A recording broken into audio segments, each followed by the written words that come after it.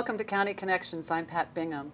My guests today are Kathleen Killion, who is the Executive Director of the Valley Health Alliance, and Dr. Casey Choswood from the Centers for Disease Control, who directs the Total Worker Health Program.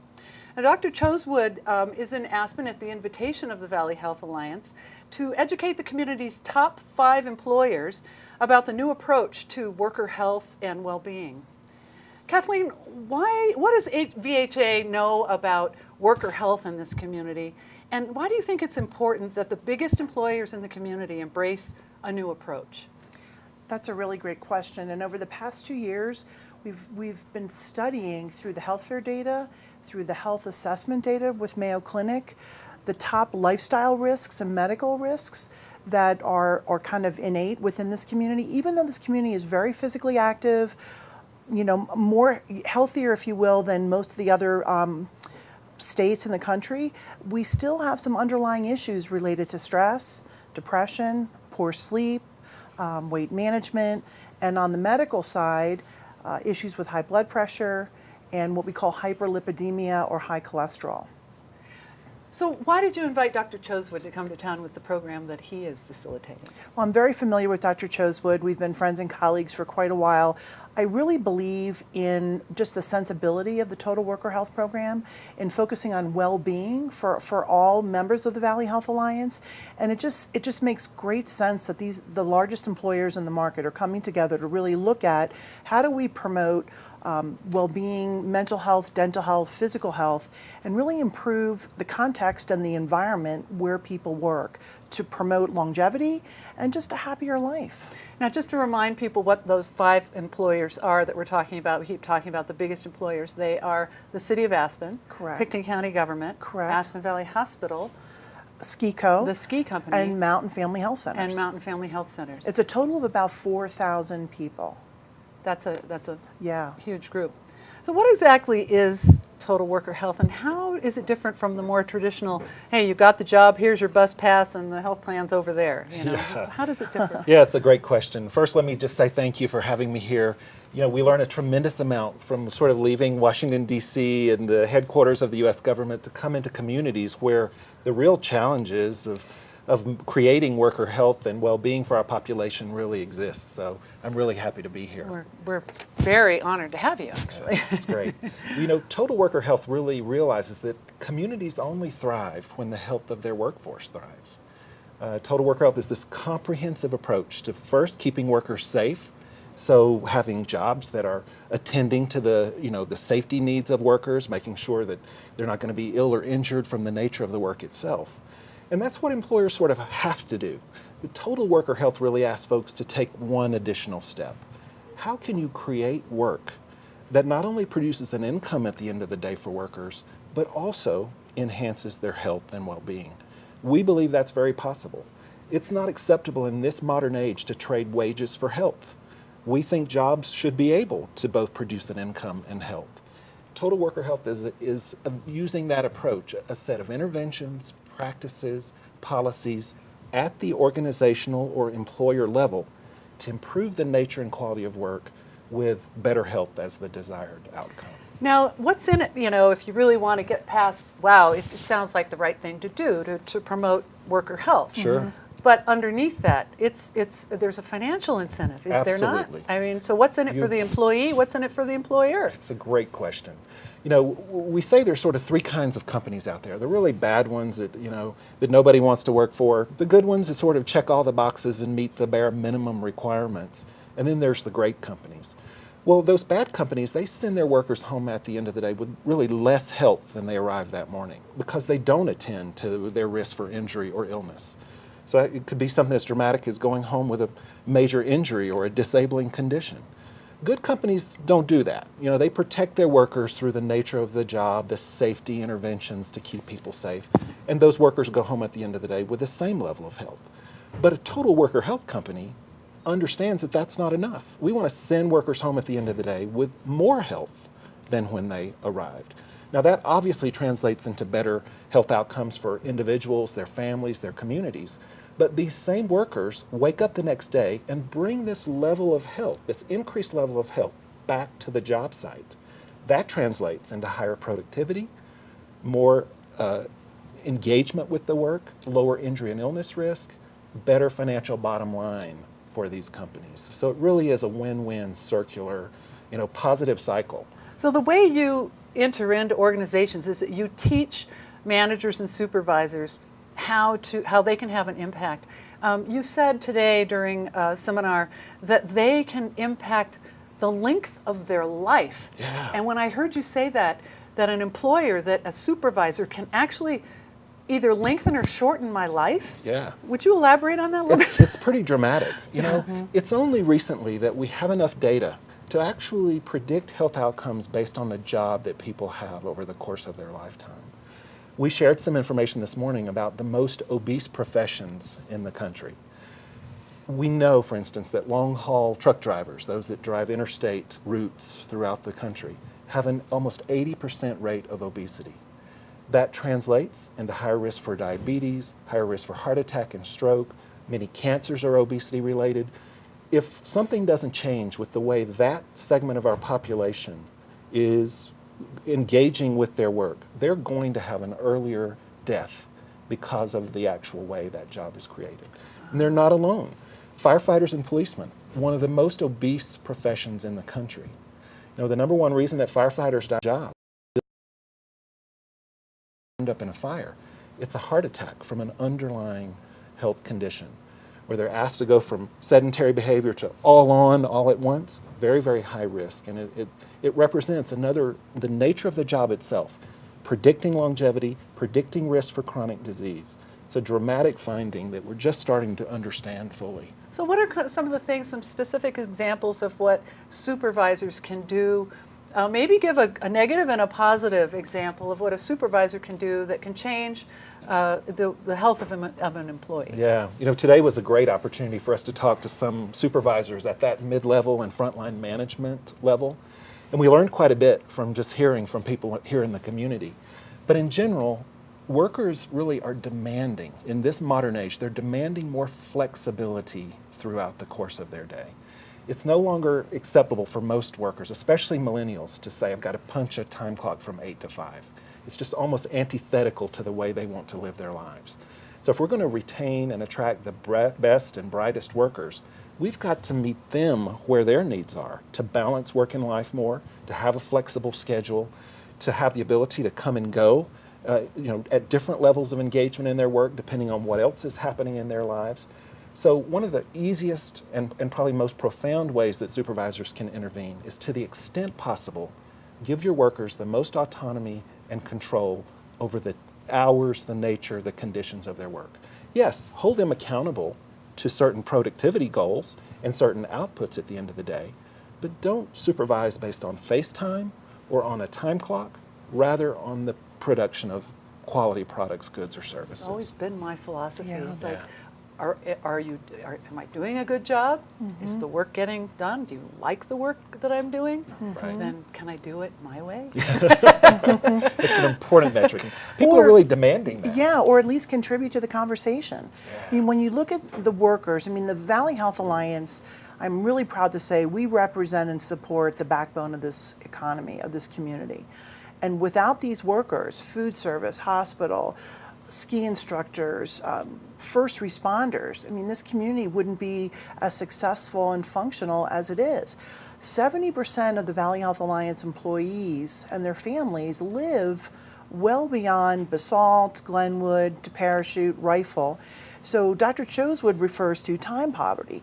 And so to give these members of our community, flexibility related to breaks and length of lunch so that they could go to their primary care physician or spend more time with their family or get out and get some physical activity in, really improves the psyche, the quality of life, the quality of work for the members of this community. And so this is why the Total Worker Health Program is just a no-brainer, and we're really, really excited to be named one of the 20 affiliates in the country working with Dr. Choswood with the Total Worker Health Program. So we will be an incubator and a beta site, and Dr. Choswood will be studying what we're doing, what works, what doesn't, what we can modify, that perhaps we can share our successes with other communities in the country. Now, coming from Washington, D.C., you might find this funny when I say this, but many employees in this community have made sacrifices. I know, ha ha ha, sacrifices to live here. Right. Ha ha ha. But we have. We're living in a higher priced community Right. because of the amenities and the environment that we can live in. Right. Some of us can't afford homes here, but we've made that sacrifice because we want to be able to ski and breathe the clean air and go hiking and biking and enjoy Right. Right. enjoy the place. I would like to think that the bigger employers in this community can allow that flexibility. A lot of them, if it's a powder day, some companies, I don't know about the huge ones, but if it snows more than 8 inches, that's qualifies as a powder morning. You start work a couple hours late because it snowed. It's almost Right. like it's like a holy day. It's a holy day, and I think that's sort of a total worker health concept, really. Sure. Because if your employer were to say, well, yeah, I know it snowed a foot, but because I expect you to punch into that time clock. Right. If you can still get your job done and take a few powder runs, why not? Yeah, Right? Is absolutely. that your Right, attitude? I right. like it. Absolutely. Yeah. That really- flexibility, that giving workers, as you said, a voice in the nature of their work is so powerful. And that's especially true if there are problems that come up. You know, you talked about some negative examples when people maybe are not happy or having a lot of conflict or maybe some challenges between supervisor and manager. We really talked today about an approach where you give people the opportunity to brainstorm together solutions and letting the people that are most impacted by the problem be the one to frame those solutions.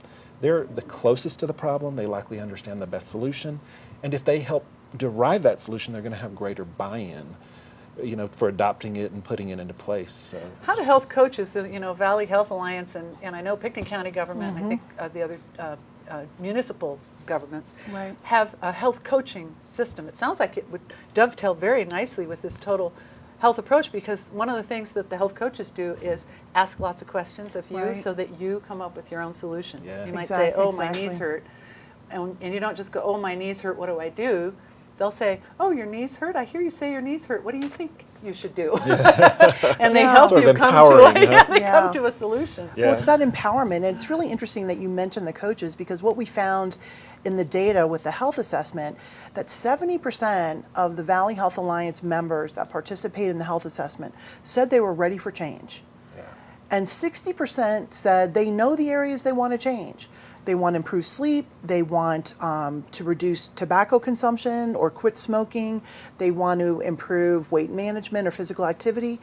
The link in the middle, 40% said, I think I have the skills and the confidence to do this.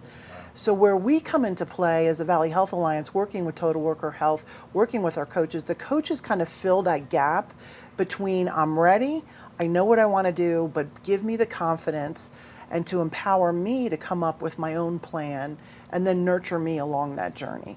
And I'm just really proud that we're at that phase. We launched the coaching template in February. So Yeah. it dovetails really well It with does. what You guys what have done Dr. some amazing things. You know, the coaching is really focused on individuals. Total Worker Health takes a step upstream and focuses on what the organization can do. Right. The combination of the two, Right. really powerful. Now, Valley Health Alliance has peeked underneath the covers a little bit, especially in, I know, Pitkin County government where I work, the city of Aspen Valley Hospital. When we've gone to these health fairs and we go in all high and mighty and say, yeah, I can ski Highlands Bowl and I feel pretty darn good and I've got low blood pressure. But what's the real story in the community of these larger employers? And why wouldn't, I would think that no matter how healthy you think you are, you could use a program like this. I mean, Yeah, and what we found is we didn't know what we didn't know. So the major issue that VHA is really looking at, in addition to the obvious, the medical health, is the mental health. Unfortunately, suicide in this valley is 4 times the national average. Depression is 10% higher than the national average. Substance abuse is a major concern and an issue. And so you can't have physical health without mental health.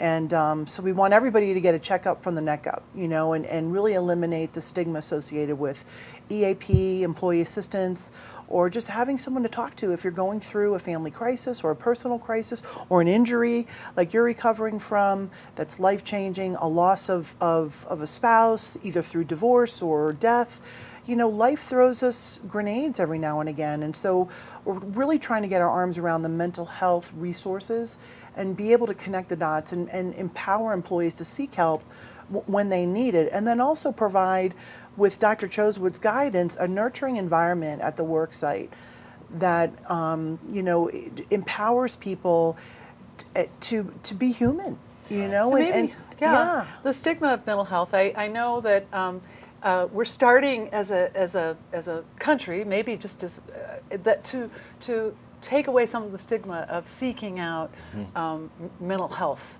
help. Absolutely. And I love the idea that in an organization, maybe part of the thing that you do is to help take some of that stigma away. Absolutely. Because we have employee assistance programs, we're encouraged to use them, but we don't think of them like going to the dentist or the eye doctor. Well, maybe I need to get a checkup. Maybe I check up on my thinking a little bit instead of just my teeth and my eyes. But I would think you'd want to encourage people to absolutely go in and just be proactive. Sure, there is a preventive component to Yeah. good mental health. This sort of resiliency building, this sort of community building. The workplace is an ideal, magical place to increase social collaboration and connection.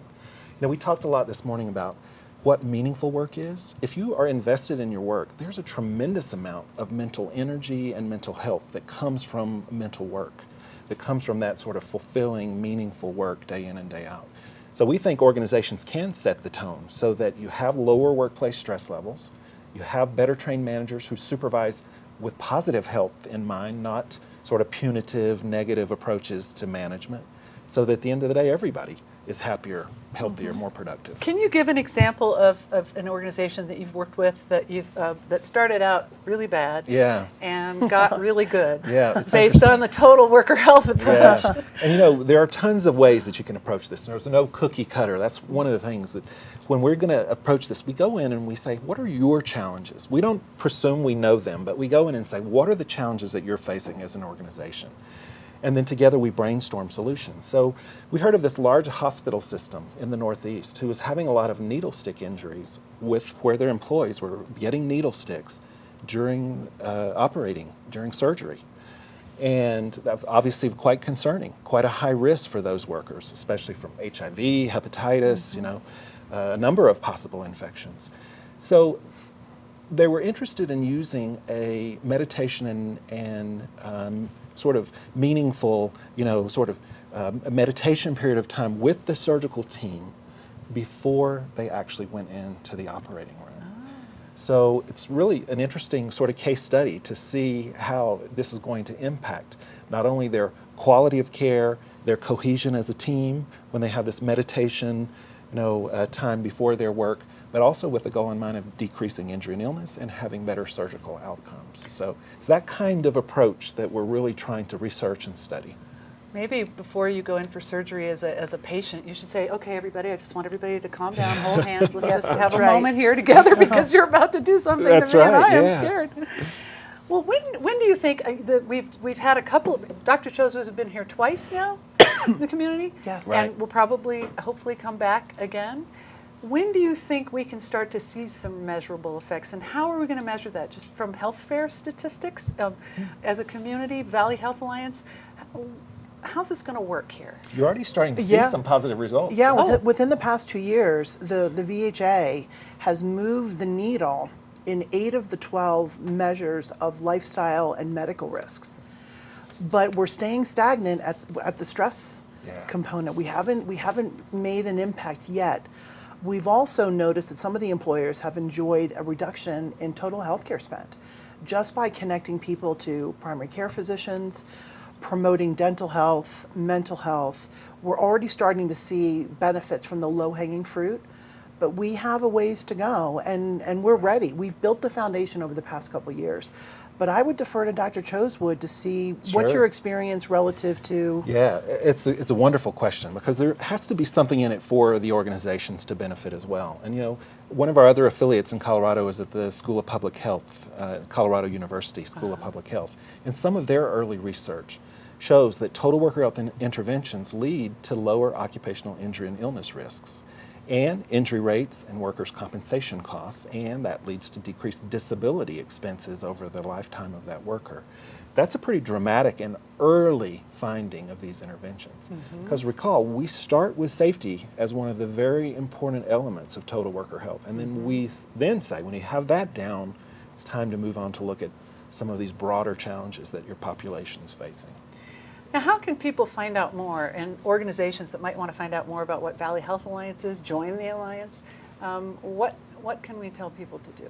Well, we have a website, ourvha.org, OURVHA.org, so feel free to access that. We're in the process of phase 2 development of that website, so we're going to be adding a total worker health page designated to all the resources and websites and screening tools and employee questionnaires, et cetera, that come through the affiliate agreement working with the CDC and NIOSH.